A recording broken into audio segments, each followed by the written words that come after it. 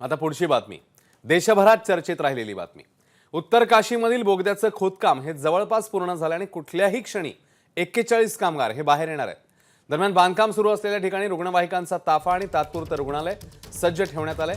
उत्तराखंडचे मुख्यमंत्री पुष्कर सिंग धामी आणि केंद्रीय मंत्री व्ही.के. सिंग हे घटनास्थळी आहेत। एनडीआरएफ आणि लष्कराचे जवान बचाव कार्यात कार्यरत आहेत।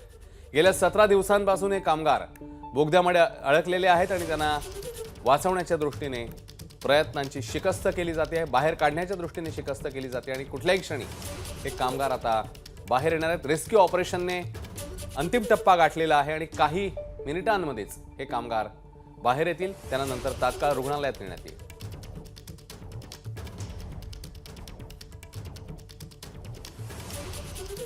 तर घटनास्थळी तात्पुरतं रुग्णालय देखील उभारण्यात आलेलं आहे।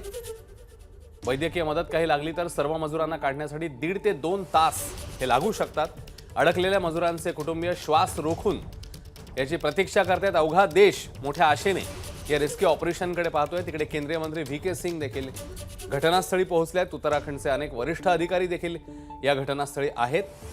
बोगद्या बाहेर शांतता आहे आणि सगळेच जण प्रतीक्षा करतायत की त्या मजुरांची जे कधी बाहेर येतील या प्रतीक्षेत सगळेजण आहेत। पंतप्रधान मोदी सतत उत्तराखंडचे या मुख्यमंत्र्यांच्या संपर्कात आहेत। तर पंतप्रधान कार्यालयाचं देखील या ऑपरेशनवर अत्यंत बारकाईने लक्ष आहे आणि पुढच्या काही मिनिटांमध्ये हे मजूर हळूहळू बाहेर यायला लागतील। केंद्रीय मंत्री असतील, राज्याचे मुख्यमंत्री असतील, ही सगळी मंडळी तिकडे उपस्थित आहेत, स्वतः लक्ष ठेवून आहेत। रेस्क्यू ऑपरेशन अगदी अखेरच्या टप्प्यात आलंय। कुठल्याही क्षणी रेस्क्यू ऑपरेशन पूर्ण होईल आणि या मजुरांना टप्प्याटप्प्याने बाहेर काढण्यात येईल। एनडीआरएफ, लष्कराचे जवान हे सगळे तिकडे कार्यरत आहेत। अत्यंत अंतिम अशा या टप्प्यामध्ये, अंतिम अशा क्षणांमध्ये हे रेस्क्यू ऑपरेशन आहे आणि लाईव्ह दृश्य आहेत। रेस्क्यू टीम आणि अन्य वरिष्ठ अधिकारी या सगळ्या रेस्क्यू ऑपरेशनवर, प्रत्येक घडामोडीवर अत्यंत बारकाईने लक्ष ठेवून आहेत आणि या सगळ्या 41 कामगारांना बाहेर काढण्यासाठी आता टप्प्याटप्प्याने सुरुवात होईल। गेले 17-18 दिवस विविध टप्प्यांवर या कामगारांना बाहेर काढण्याच्या दृष्टीने प्रयत्न झाले आणि आज तो क्षण आलेला आहे। पुढच्या काही मिनिटांमध्ये हळूहळू टप्प्याटप्प्याने हे सगळे कामगार बाहेर येतील। तर उत्तर काशीतल्या रेस्क्यू ऑपरेशनचा आढावा घेतलाय आमच्या प्रतिनिधींनी, आपण पाहूया। ये टनल जो है उसके भीतर 800 mm का पाइप डाल करके जो रास्ता बनाया गया था, इससे श्रमिकों को निकालना था।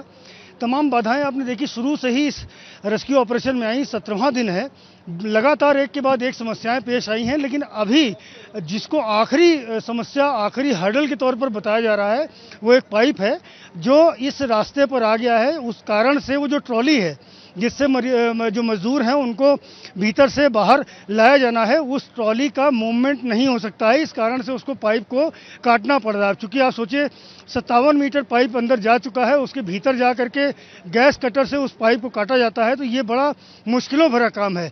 लेकिन अभी जो दावा किया जा रहा है कि बहुत ही जल्दी ये पाइप काट लिया जाएगा। उसके बाद जो प्रक्रिया होती है, एसओपी जो है, उसको फॉलो करके जो श्रमिक हैं उनको निकालने का काम किया जाएगा, जिसमें तर रेस्क्यू ऑपरेशन आता अंतिम टप्प्यात आहे आणि या घटनास्थळावरून जिकडे रेस्क्यू ऑपरेशन सुरू है, अपने प्रतिनिधि संजय त्रिपाठी आता आपल्या सोबत आहेत। संजय जी, और कितना वक्त लग सकता है पूरा रेस्क्यू शुरू होने के लिए, और कितना वक्त पूरे जो वर्कर्स है अंदर अटके हुए हैं उनको बाहर निकालने के लिए? देखिए, जैसा मैंने आपको पहले बताया कि रास्ते में एक पाइप आ गया था, एक हर्डल आ गया था, जिसको गैस कटर से काटने का काम किया जा रहा था। पाइप कट चुका है और किसी भी क्षण जो मजदूर दूसरी ओर फंसे हुए हैं टनल के, उनको बाहर निकालने का काम शुरू होगा। अभी मैं आपको टनल के भीतर की तस्वीरें दिखाता हूँ। कुछ हलचल शुरू हुई है। एसडीआरएफ की, एनडीआरएफ की टीमें जो हैं एक साथ इकट्ठा हुई हैं वहाँ पर, और अब कुछ देर में ये मान के चलिए कि मजदूरों को दूसरी तरफ से जहाँ वो फंसे हुए हैं वहाँ से निकाल करके और इस ओर लाने का काम शुरू किया जाएगा। उसमें बहुत थोड़ा सा वक्त लगेगा जी। तो इस तरह से लगातार जो रेस्क्यू ऑपरेशन है वो चल रहा है, या यूं कहें कि वो अपने अंतिम दौर में है तो बड़ी बात नहीं होगी, क्योंकि एक के बाद एक परेशानियां इसमें पेश आई। लेकिन अब जाकर के जो सारी बाधाएं हैं, ये कहा जा सकता है कि वो सारी की सारी दूर हो चुकी है। बस कुछ ही क्षणों में ये जो श्रमिक है वो भीतर से बाहर निकाले जाएंगे, जिसके लिए एनडीआरएफ बाकायदे एक ट्रॉली लेकर के आएगी और उस ट्रॉली से इन सारे श्रमिकों को एक एक करके आगे बढ़ाया जाएगा। और जो टनल का इस जो सिरा है, जिस तरफ मैं खड़ा हूँ, वहाँ एक एक श्रमिक को निकाला जाएगा। पहले जो गंभीर रूप से बीमार होंगे या जिनकी तबीयत कुछ खराब हो सकती है, उनको पहले टनल से बाहर निकाला जाएगा, जबकि अन्य जो श्रमिक है उनको एक एक करके बाहर निकालेंगे। उस सारे इंतजाम यहाँ पर पूरी तरह पुख्ता हो चुके हैं। आप देख सकते हैं एम्बुलेंसेस की पूरी कतार यहाँ पर लगी हुई है कि जब ये श्रमिक अंदर से निकाले जाएंगे तो उस वक्त इन सारे श्रमिकों को एक एक एम्बुलेंस में बिठा करके यहाँ से लगभग 35 किलोमीटर दूर चिन्याली सौड़ का जो सामुदायिक स्वास्थ्य केंद्र है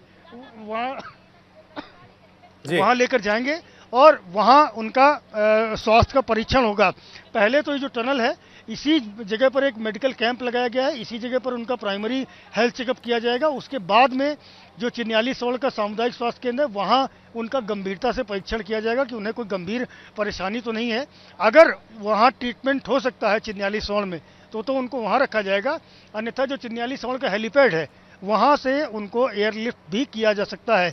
जो बड़े अस्पताल हैं देहरादून के या ऋषिकेश में एम्स है, या अगर ले जाना पड़े तो दिल्ली भी उनको ले जा करके और उनका उपचार कराया जाएगा। इस तरह की तैयारियां हैं। मुख्यमंत्री पुष्कर सिंह धामी पिछले लगभग 2.5 घंटे से इसी टनल के भीतर जमे हुए हैं।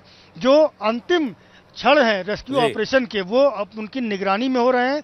इसके पहले भी कई दौरे उन्होंने यहाँ पर किए हैं और मजदूरों से बातचीत करी है, उनका हालचाल जाना है और उनका मनोबल बढ़ाया है।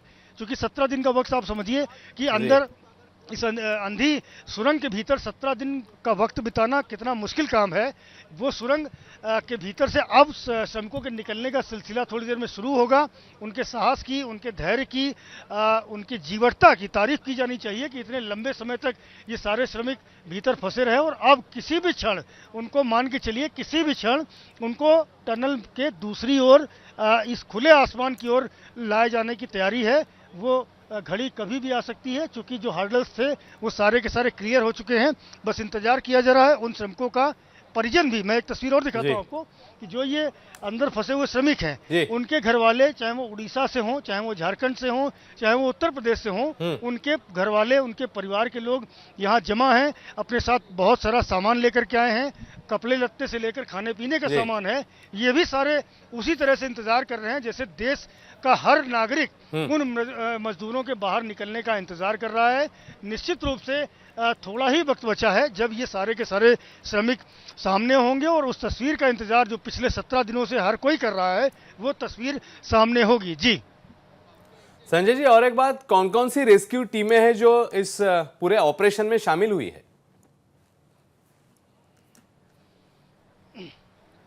देखिए, मुख्य रूप से तो एनडीआरएफ और एसडीआरएफ को इसमें रखा गया था, लेकिन आर्मी को भी बैकअप के लिए रखा गया था कि आर्मी की टीमों को भी इसमें लगाया जाना था। कई जवान उनके आने थे, लेकिन मेन तौर पर एसडीआरएफ और एनडीआरएफ की टीमें थी। साथ ही साथ जो एनएचआईडीसीएल के टेक्निकल एक्सपर्ट्स थे उनकी टीमें थी।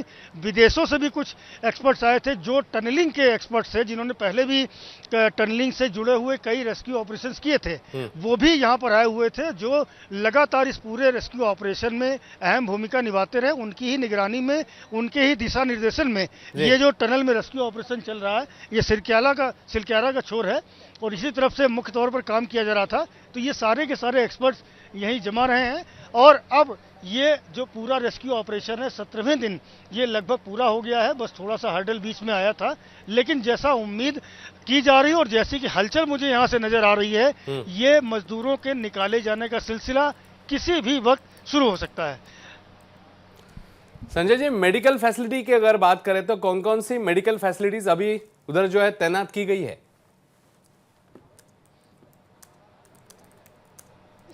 देखिए, एम्बुलेंसेस तो पहले इनको दी गई हैं कि जो श्रमिक भीतर से निकल के आएंगे उनको इन एम्बुलेंसेस में बिठा करके और यहाँ से ले जाया जाएगा। लेकिन उस ले जाए जाने के पहले टनल के भीतर ही एक बाकायदे मेडिकल कैंप लगाया गया है, जिसमें प्राइमरी हेल्थ केयर का जितना भी सामान हो सकता है, जो भी दवाइयाँ हो सकती हैं, जो भी ज़रूरत का सामान हो सकता है, वो सारा का सारा लाकर रखा गया है। इनका सभी का प्राइमरी हेल्थ चेकअप यहीं टनल के भीतर होगा।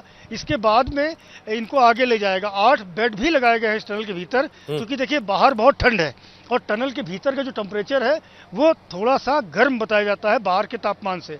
तो ऐसे में जो श्रमिक 17 दिन से भीतर बंद है, जब वो बाहर निकलेंगे तो एकदम से एक्सपोजर जो होगा वो उनके लिए खतरनाक साबित हो सकता है। तो इसके भी इंतजाम किए गए हैं। अंदर 8 बेड लगाए गए हैं जहां पर इन श्रमिकों का जो हेल्थ चेकअप है वो किया जाएगा। जिसको अगर कोई समस्या होती है तो जो ट्रीटमेंट यहाँ अवेलेबल है वो सारा का सारा यहाँ पर दिया जाएगा। आप देख सकते हैं जो एम्बुलेंसेस खड़ी हैं उसमें कई सारी ऐसी भी हैं जिनमें वेंटिलेटर सपोर्ट भी है।